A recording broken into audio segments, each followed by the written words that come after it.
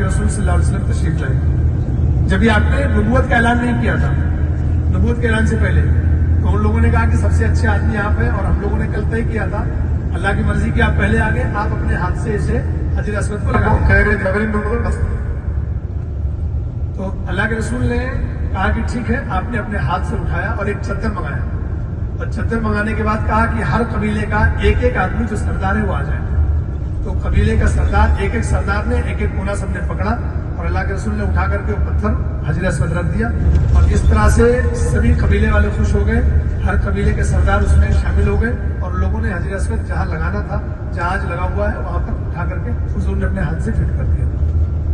تو دو دروازہ ہوتا تھا. دو تین باتیں ہیں جو باتیں ذہن سے نکل جائیں گی، پوچھ لینا. دو دروازے ہوتے ہیں، ایک انٹری گیٹ ہوتا ہے، ایک ایگزٹ ہوتا ہے، ہر جگہ ہوتا ہے.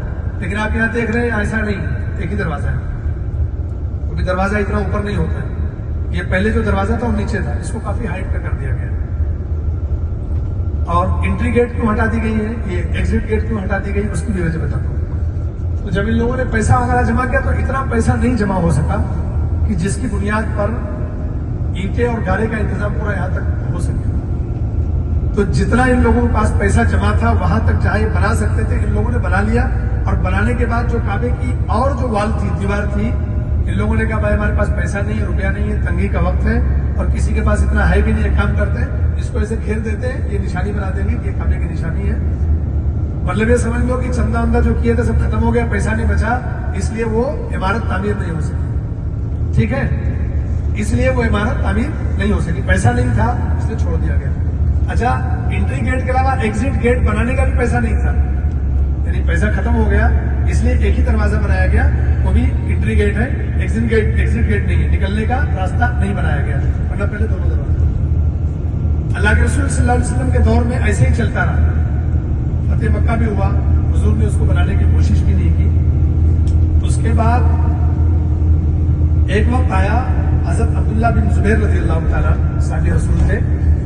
انہوں نے کہا، اللہ کے رسول نے خواہش ظاہر کی تھی کہ میں یہ چاہتا تھا کہ یہ بھی کعبے کے حصے میں ہو. حضرت عائشہ سے اللہ کے رسول نے کہا کہ اگر تیری قوم جاہل نہ ہوتی، یعنی یہاں کے لوگوں کی اگر جہالت نہ ہوتی تو میں اس کو کعبے کو پھر سے شہید کر کے اس کو بناتا اور اس کو کعبے میں شامل کر لیتا.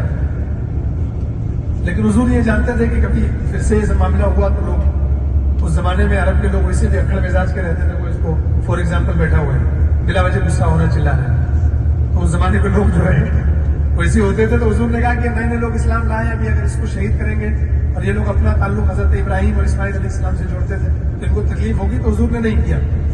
لیکن جب اسلام غلبہ پا گیا تو حضرت عبداللہ بن زبیر رضی اللہ تعالیٰ نے کعبے کو شہید کیا، اور شہید کر کے پھر سے اس کو پورے اس میں شامل کر دیا. یعنی ایک مرتبہ پھر سے یہ پورا کعبہ بن گیا. جو حتیم ہے نا، حتیم نے بھی پورا دیوار مار کر کے پورا اونچائی تک کعبے کے حصے میں بنا دیا. یہ کس نے بنایا؟ عبداللہ بن زبیر رضی اللہ تعالیٰ. اس کے بعد 100 سال تقریباً چلا ہوگا، ایک صدی گزری ہوگی یا 70-80 سال. حجاج بن یوسف ایک بہت ظالم بادشاہ تھا. تو حجاج بن یوسف نے کہا کہ نہیں، جس شیپ پہ اللہ کے رسول نے بنایا تھا یہ عبداللہ بن زبیر نے غلط کیا ہے، اس کو شہید کر کے پھر سے اس نے ویسے بنا دیا جیسا قریشیوں نے بنایا تھا، پہلے قریش نے بنایا تھا. یعنی اتنا حصہ کعبے کا بنایا اور حتیم کو چھوڑ دیا. اب حتیم کو چھوڑنے کے بعد پھر 100 سال گزرا. 100 سال یا 80 سال گزرنے کے بعد ہارون رشید جب یہاں کا بادشاہ تھا، جس کا بھی ذکر کر رہا تھا میں، ہارون رشید کی بیوی زبیدہ کا، وہ نہر زبیدہ دکھا رہا تھا. تو ہارون رشید نے کہا کہ میں یہ چاہتا ہوں کہ جس طرح سے ابراہیم علیہ السلام نے کعبے کو تعمیر کیا تھا میں اس کو اسی طرح سے تعمیر کروں، اور اس کو شہید کر کے پورا پھر سے حتیم کو اس کے ساتھ لے کر کے آ جاؤں. لیکن وہ بہت نیک تھا. عمرہ مقبول انشاءاللہ، عمرہ مقبول انشاءاللہ. وہ کہہ رہے ہیں کہ اللہ تعالیٰ آپ لوگوں کو عمرہ قبول کرے گا.